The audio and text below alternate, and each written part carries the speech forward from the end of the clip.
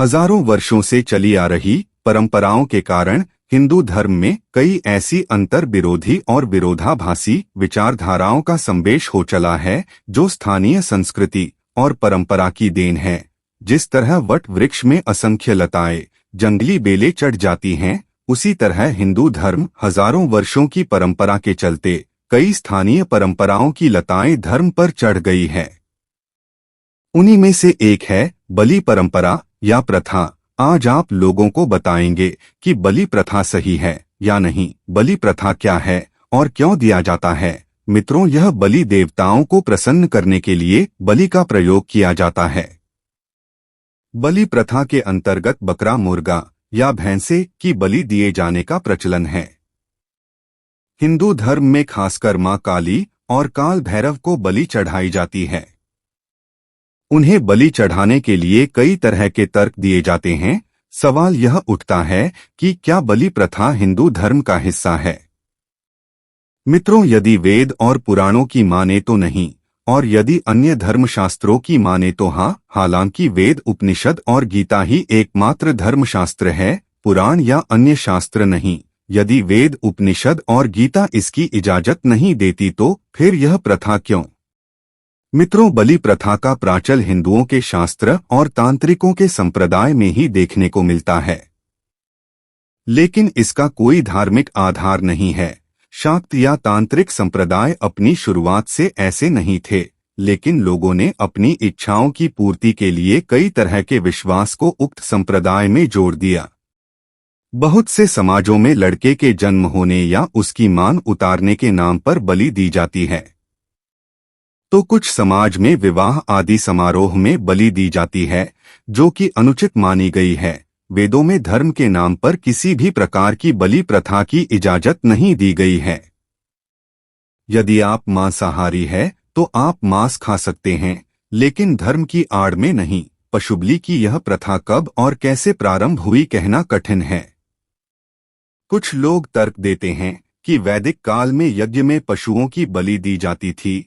ऐसा तर्क देने वाले लोग वैदिक शब्दों का गलत अर्थ निकालने वाले हैं। वेदों में 5 प्रकार के यज्ञों, ब्रह्मा यज्ञ, देव यज्ञ, पितृयज्ञ, वैश्वदेव यज्ञ और अतिथि यज्ञ का वर्णन मिलता है। वेदों में ऐसे सैकड़ों मंत्र और रचाएं हैं जिससे यह सिद्ध किया जा सकता है कि हिंदू धर्म में बलि प्रथा निषेध है, और यह प्रथा हिंदू धर्म का हिस्सा नहीं है। जो बलि प्रथा का समर्थन करता है वह धर्म विरुद्ध असुर और दानवी आचरण करता है। शायद हो सकता है कि आप भी बलि प्रथा के अंतर्गत हो। आपने तो देखा होगा कि नवरात्रि के आखिरी दिन यानी दशहरे के दिन बहुत से लोग जीवों का बलि देते हैं। बहुत ही बेरहमी से उसको काट देते हैं।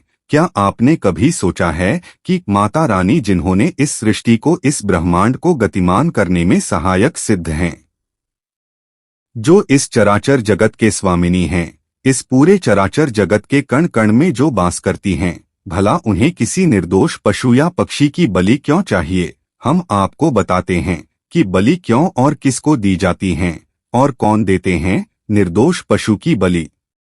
मित्रों, पशु बलि को किसी भी प्रकार से धर्म में शामिल नहीं किया जा सकता है, क्योंकि धर्म इसकी अनुमति कदापि नहीं देता है। जो भी लोग पशु बलि देते हैं, आप उन्हें स्वार्थी और केवल अपने हित में सोचने वाला जानिए। पशु बलि देने वाले लोग केवल और केवल अपने हित के लिए निर्दोष जीवों की हत्या करते हैं। इन लोगों को आप असुर लोग की श्रेणी में रख सकते हैं। वेद, पुराण और उपनिषद इसकी पुष्टि करता है। पौराणिक कथा के अनुसार ऐसे बहुत से असुर हुए हैं जिन्होंने माता के तामसिक शक्ति को प्रसन्न करने के लिए और अपने निजी स्वार्थ के लिए निर्दोष जीवों की बलि देते थे, और कुछ ऐसे भी असुर थे जो भक्ति मार्ग से ही माता के सात्विक शक्ति को प्रसन्न कर अपने स्वार्थ को पूरा करते थे। आप यह भी अवश्य जानते होंगे कि अंत समय में उनकी मृत्यु कितनी कष्टदायी हुआ था। ठीक उसी प्रकार वर्तमान समय में भी कुछ ऐसे लोग हैं जो असुर के क्रमानुसार को मानते हैं और अपने निजी स्वार्थ के लिए एक निर्दोष पशु की बलि देता है। परंतु ऐसे लोगों की मृत्यु भी कष्टदायी होती है। उन्हें मोक्ष की प्राप्ति नहीं है। जो लोग माता काली माँ, माता तारा, माता कालरात्रि, यह सभी माता के 10 महाविद्याओं में आती हैं। स्वार्थ भाव से लोग आदि जैसे देवियों की पूजा करते समय किसी जीव की बलि देते हैं। वास्तव में यह बलि माता के तामसिक रूप को समर्पित है। किसी निर्दोष पशु की बलि देकर माता के तामसिक शक्ति को विवश करके उनसे अपने निजी स्वार्थ को पूरा करते हैं। ऐसे तो बलि प्रथा तांत्रिक क्षेत्र की एक अभिन्न अंग है। यही से बलि जागृत हुआ है, क्योंकि तांत्रिक क्रिया करने वाले व्यक्ति को किसी जीव की बलि देना अत्यंत आवश्यक है। बहुत से ऐसे तांत्रिक होते हैं जो माता के नाम पर किसी अन्य देवी जैसे भूत, पिशाच, डाकनी, शाकिनी, पिशाच नहीं, और भी तामसिक ऊर्जा जो अधिक से अधिक आहत पहुंचाने के कार्य को ही सिद्ध करते हैं, उन्हें समर्पित करते हैं। आप यह हमेशा याद रखें कि बलि वही लोग चढ़ाते हैं जो स्व होते हैं और अपने निजी कार्य को सिद्ध करते हैं। अगर आप अध्यात्म की मार्ग पर चलना चाहते हैं या फिर आध्यात्मिक शक्तियों का उपयोग करना चाहते हैं, तो आप निस्वार्थ पूर्ण होकर केवल और केवल परम ज्योति की किसी एक स्वरूप की साधना करें। जैसे कि माता भगवती, विष्णु जी, शंकर जी, इनके अनेक रूप है, उन्हीं में से किसी एक स्वरूप की साधना करें। यह साधना सात्विक रूप भाव से होनी चाहिए। अगर आपके ऊपर इनकी कृपा दृष्टि पड़ जाती है तो आप अपने जीवन में एक सफल व्यक्ति बन जाएंगे। आपको स्वतः अनेक प्रकार की सिद्धि प्राप्त हो जाएंगे।